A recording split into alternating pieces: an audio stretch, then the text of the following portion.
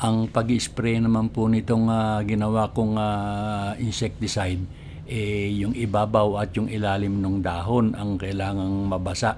Pati po yung puno ay kailangan din basain ng solusyon.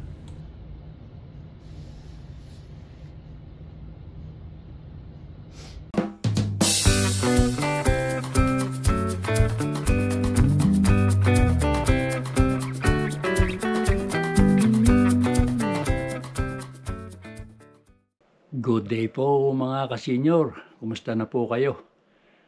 Sa video pong ito ay gagawa naman ako ng pesticide. Homemade pesticide po. At gagamitin ko pong mga ingredient ay tubig at saka sabon. Kasi po ay marami na namang aphids itong aking halaman. Itong aking miracle plants. Ito yung miracle plant mga ka-senior na pinutulang ko na dahil nga maraming green aphids at hindi ko masugpo yung kanilang pagdami. Ayan mga ka-senior yung sinasabi kong aphids nung aking mga halaman. Mahirap pong patayin yung mga yan. Ang ginagamit ko noon yung bang binibiling mga chemical na pampatay ng mga insekto na mainit naman sa halaman at ayan nga naluluto yung mga dahon kamukha niya ayan yan ito ganyan ang mangyayari at saka ayan pa ayan. So ito mga ka-senior yung una kong ginamit itong malatayon na binili ko sa tindahan. Ang nangyari nga ay yung mga dahon sobrang matapang ito. Yung mga dahon parang nasusunog. Kumukulubot sila. Tapos bumili uli ako ng ibang klase. Umorder naman ako sa Amazon.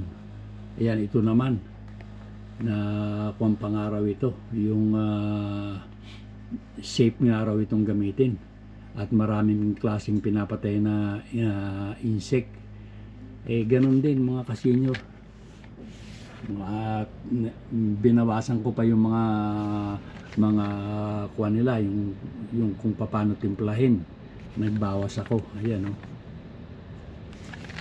at baka nga ako masyadong matapang yung ginagawa kong halo so ganun din kaya hinintuan ko ng paggamit ng mga ito. So ngayon po ay ipapakita ko kung paano ko gawin itong homemade pesticide na ito na ang gamit nga lang ay tubig at sabon. Ang sabi po sa nabasa ko ay ang ratio ng paghahalo ng tubig at sabon ay 1 kutsarang sabon sa 1 galong tubig. So bali 4 na litro po yun. 1 kutsara lang po ang gagamitin. At baka nga raw po masunog din yung dahon pagka masyadong matapang ang gagawing solusyon. So ang gagamitin naman po ay pinanghuhugas natin ng plato. Yun lang po ang kailangan daw gamitin. Huwag daw pong gagamit ng yung kamukha ng Tide nung ibang klaseng matatapang na sabon. Yung po bang mga klase ng detergent, yun po bawal daw pong gamitin yun. Pwede raw po yung yun nga, yung karaniwan lang na ginagamit sa paghuhugas ng mga plato. Kuwan lang naman po ang gagawin ko, kaunti lang. Dahil nga pagka madami at hindi naman marami yung ini-sprayan ko. Pag madami na parang napapanis din yung yung sabon at tubig. Bumabaho rin siya pagka matagal nang nakaimbak. So bali ang gagawin ko lang po ngayon ay mga 1 litro na insecticide. So 1 litrong tubig at saka ko na lang susukatin yung ihahalo kong sabon. So bali itong gagamitin kong takalan ng tubig mga ka-senior. Kuan ito 591 ml. 591 ml. So, kung 1 litro ang gagawin ko, bali isang mahigit nito, halos dalawang bote na tubig.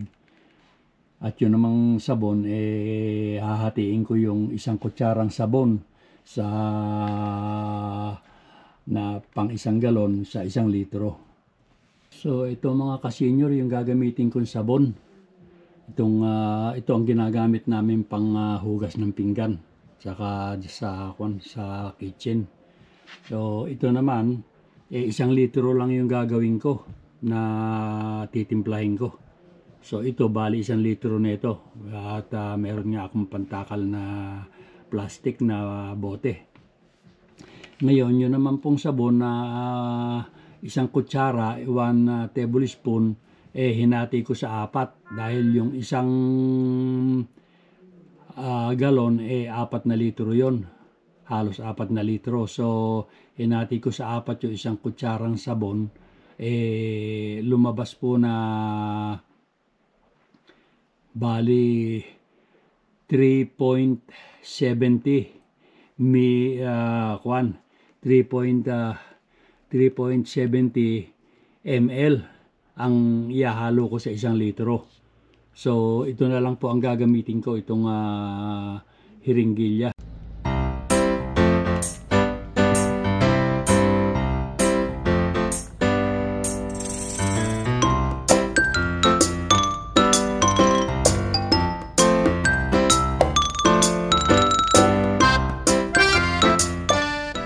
So ayun po, hanggang 3 ml.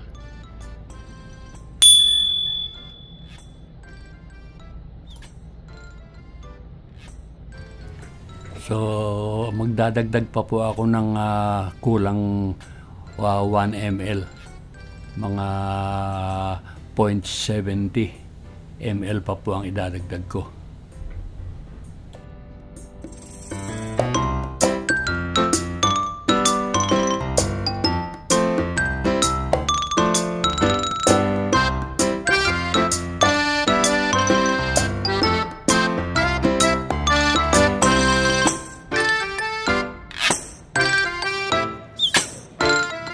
So ito na po mga ka-senior yung tinimpla ko at hinahalo ko na lang. Okay na ito. Ngayon isasaling ko na lang dito sa aking gagamitin pang spray dito. At yung matitira itatabi ko na lang yung matitira. Meron naman takip ito .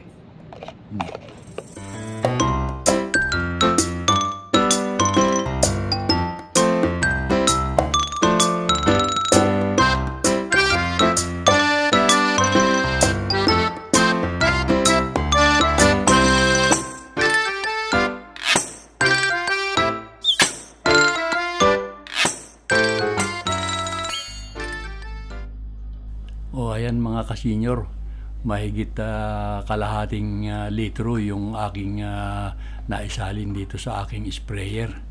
So yung matitira nga ay itatabi ko.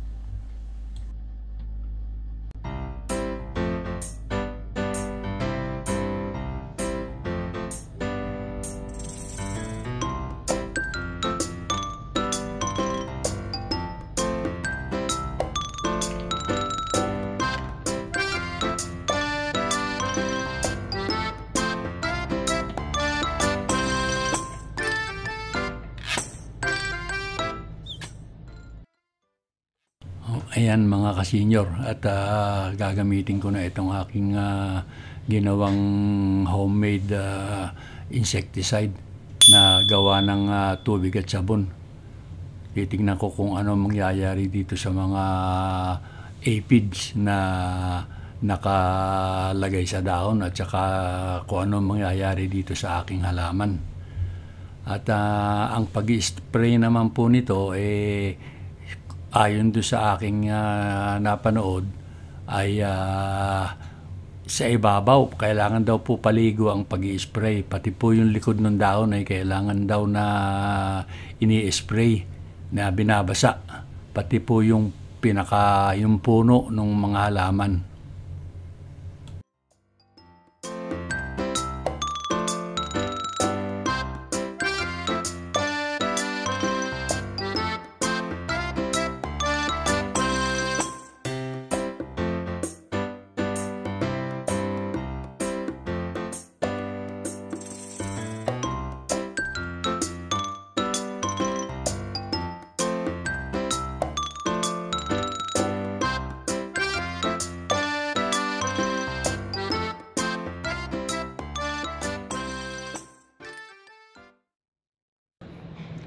So ayan po mga kasenyor, at nakakapagtimpla na nga ako ng gamot at na-sprayan ko na rin yung aking halaman. Makikita na lang kung yung mga APJ mawawala o yung halaman ko ang mawawala. Sige po mga kasenyor, at maraming salamat sa pagsama nyo sa akin sa paggawa ko nitong homemade na pesticide or insecticide na gawa sa tubig at sabon. Sige po mga kasenyor, hanggang sa susunod na video na lang po ulit tayong sama-sama. Okay po, bye-bye na po.